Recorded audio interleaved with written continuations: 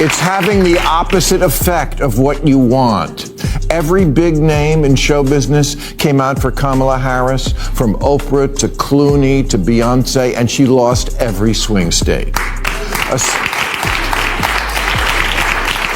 A survey of Ohio voters found Taylor Swift's endorsement actually had a negative impact, with 24% saying it made them less enthusiastic about her as a candidate. Come on. Read the room, Democrats. Al Pacino in The Godfather, Godfather 2, Serpico, Scarface, Dog Day Afternoon. I could go on. Crickets.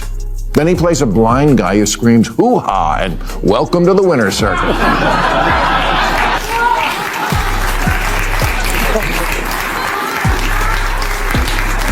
It's like honoring Michael Jordan for when he played baseball. But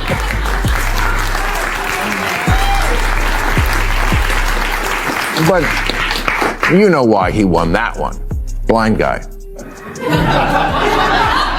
I mean, afflictions win. Oscar has been given to so many people with diseases, it should wear a hospital gown. Bill Maher just completely ripped apart woke Hollywood on live television, and honestly, it was wild to watch. This is somebody who spent decades inside the Hollywood system, played by all the rules, sat with the elites, and now he's turning around and blasting the entire industry in front of everyone. No holding back, no softening the message, just direct attacks aimed straight at Hollywood itself. So hit that subscribe button right now because this breakdown only gets crazier from here. According to the internet, what I did with my comments at the Globes was laugh, scoff, mock, take a dig at, and refuse to join Golden Globes activism. Golden Globes activism? Oh, you mean the activism of fixing a pin to my suit?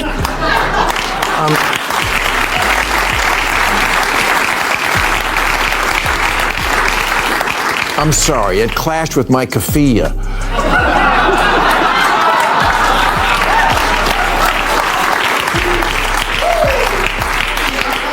I hope I didn't spoil the perfect record of pins and ribbons solving all the world's problems. I mean, you can't name a problem from guns to AIDS to bullying to breast cancer that still exists after people wore a ribbon for it. Except all of them. Maher wasted no time jumping into Hollywood's favorite pastime, pretending to be activists. According to him, a huge number of celebrities think wearing a ribbon, pin, or symbolic accessory suddenly means they are changing society. Reality check, it doesn't. It's all performance. It's basically cosplay activism. And honestly, he has a point. A lot of these stars probably cannot even explain the causes they claim to support. They pose for photos, collect headlines, then head back to their giant mansions feeling like heroes. Maher basically exposed the entire act because talking about awareness without actually doing anything is not activism. It is just empty performance with expensive cameras around it. 3 years ago, everybody was all into Ukrainian flags. What happened to that? Another cause tossed into the junk drawer with yesterday's choke collar?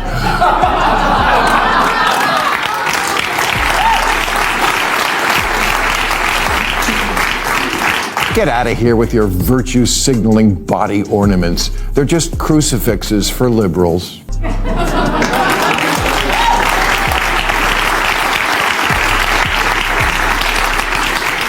Because every time I see one, I think, Jesus Christ.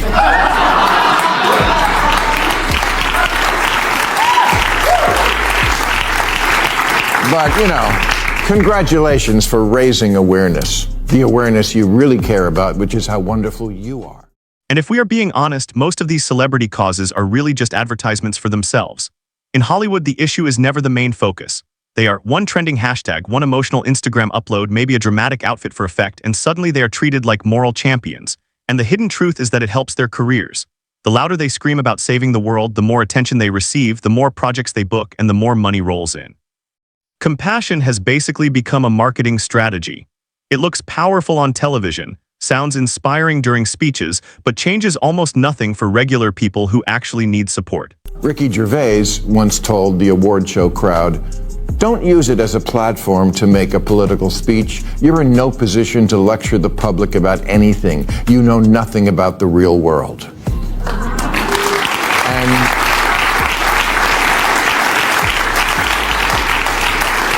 And of course, this is where celebrities say, how dare you? We're citizens with just as much right to speak out. Agreed, you absolutely do. I'm just saying, don't. Now, obviously, celebrities are free to express their opinions. Actors still have freedom of speech like everyone else, but here's the issue. Most of these people live inside a completely protected bubble. Their lives are controlled, luxurious, and filled with people who agree with everything they say. They do not experience normal, everyday struggles. They are not stressing over rent, grocery prices, or traffic jams. And where are they getting most of their information? TikTok, Twitter, and chaotic social media platforms where outrage spreads faster than facts and balanced opinions get attacked instantly. So when some superstar starts lecturing regular people about life, half the time they are repeating internet talking points they read while drinking an overpriced coffee. Big opinions, little substance, that is the formula. It's having the opposite effect of what you want.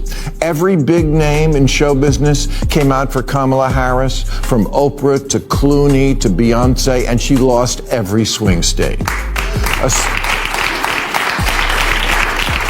A survey of Ohio voters found Taylor Swift's endorsement actually had a negative impact, with 24% saying it made them less enthusiastic about her as a candidate. Come on. Read the room, Democrats. And Maher absolutely nailed this next part. Celebrities have zero clue how powerless they actually are politically. Maher also nailed another major point. Celebrities truly overestimate their political influence. They honestly think endorsements automatically change elections, but reality keeps proving otherwise. Nearly every giant celebrity backed Kamala Harris, and she still struggled badly in key states. Even Taylor Swift's endorsement reportedly pushed some voters away instead of helping. Think about that for a second. People are not stupid. Many Americans look at rich celebrities preaching from luxury lifestyles and think, you have no idea how regular people live. The harsh truth is that celebrity fame does not automatically create trust. In many cases, it does the exact opposite.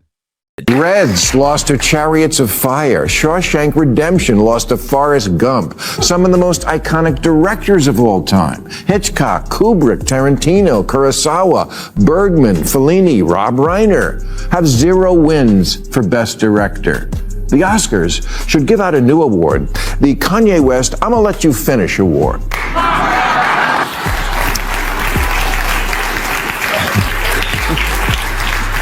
Yeah, just put Kanye in the audience every year to jump up and say, I'm gonna let you finish, but Shawshank is one of the greatest movies of all time.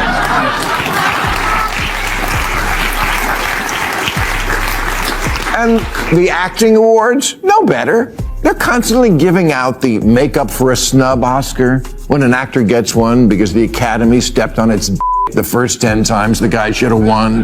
Then Maher pivots to the Oscars, and oh boy, this one hurts. Because let's be honest, award shows have stopped being about the art. They've become group therapy sessions for ideologues. Then Maher moved toward the Oscars, and this part really hit hard because award shows barely feel connected to movies anymore. Instead of celebrating great art, they now feel like political therapy sessions for elites. Incredible films get ignored while movies most audiences never watched collect awards. Viewers sit there confused wondering how certain films even won. Meanwhile, legendary performances lose because they failed to fit the current political mood. Every single year, trust in these award shows fades more and more. The Oscars used to represent excellence. Now many people see them as giant PR events dressed up in tuxedos and fancy speeches. The awards no longer feel meaningful. They feel strategic. Al Pacino in The Godfather, Godfather 2, Serpico, Scarface, Dog Day Afternoon, I could go on. Crickets. Then he plays a blind guy who screams hoo-ha and welcome to the winner's circle.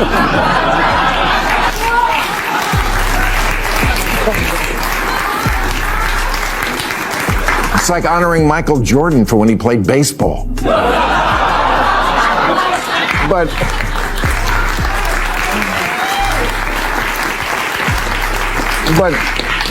you know why he won that one. Blind guy.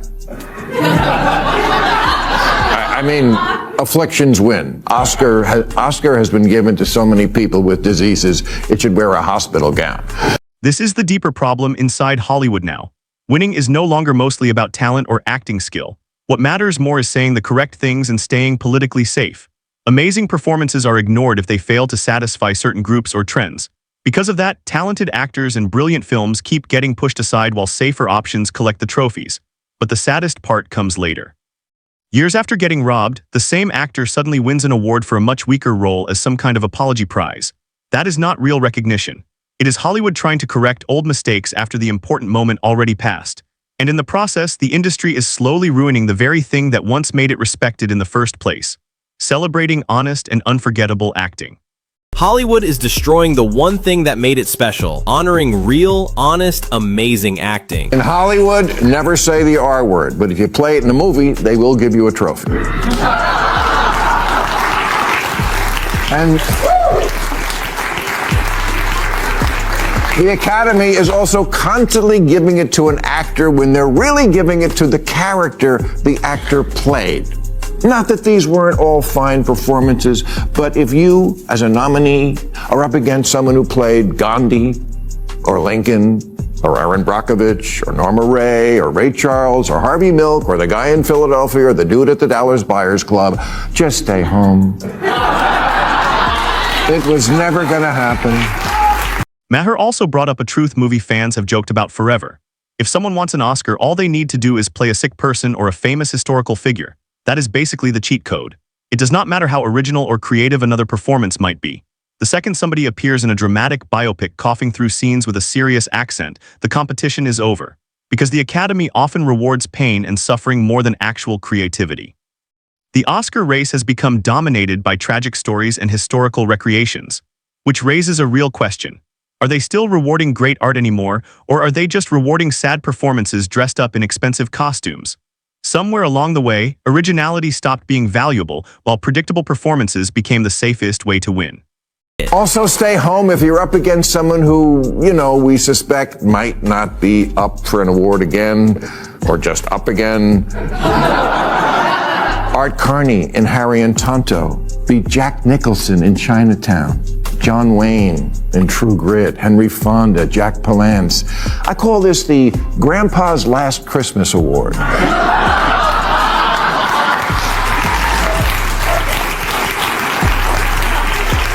And it's always a lot. The only thing the Academy prizes more than this is if an actor makes the ultimate sacrifice, gaining weight. Or losing weight. Or even, dare I say it, making themselves unbeautiful. And Maher definitely did not hold back on Hollywood's obsession with body transformations either. The moment an actor loses a huge amount of weight or gains dozens of pounds for a role, the industry completely loses control. Suddenly, everybody calls it bravery, commitment, and artistic genius. But at the end of the day, it is still mostly just extreme dieting and physical change. Meanwhile, actors delivering emotional and unforgettable performances without dramatic transformations barely get recognized. Maher cut right through the nonsense. Acting should be about emotion, depth, and performance, not about shocking people with how skinny or oversized someone looks on a red carpet. But good luck explaining that to the Academy when somebody shows up looking physically unrecognizable for a movie role. But seriously, by this standard, you couldn't make Titanic today and hope to get nominated, or Braveheart, or Amadeus. Apollo 13 was about a bunch of white people because white people have done some stuff. But somehow, without a production code, Hidden Figures got made and completed the historical record about how we got to the moon. Sinners this year is up for more Oscars than any movie ever. Sinners is good. It doesn't need affirmative action. Neither did Parasite or Shape of Water, where she fish. According to Maher, almost every layer of modern Hollywood now feels artificial. The activism feels fake. The endorsements feel fake. The award shows feel fake. Even the emotional speeches and dramatic acceptance moments feel rehearsed, and audiences are finally getting tired of it all. People do not want fake performances disguised as authenticity anymore. They want honesty instead of lectures. They want real storytelling instead of political sermons coming from Beverly Hills. The divide between Hollywood and normal life has become massive. Maher is not attacking the industry just for entertainment. He is forcing Hollywood to look at itself honestly for the first time in years. And the industry clearly hates the reflection staring back at it. Until Hollywood reconnects with real people again, that lost trust is probably never coming back. And with that, today's video comes to an end. If you enjoyed it, hit the like button, subscribe, and we will see you in the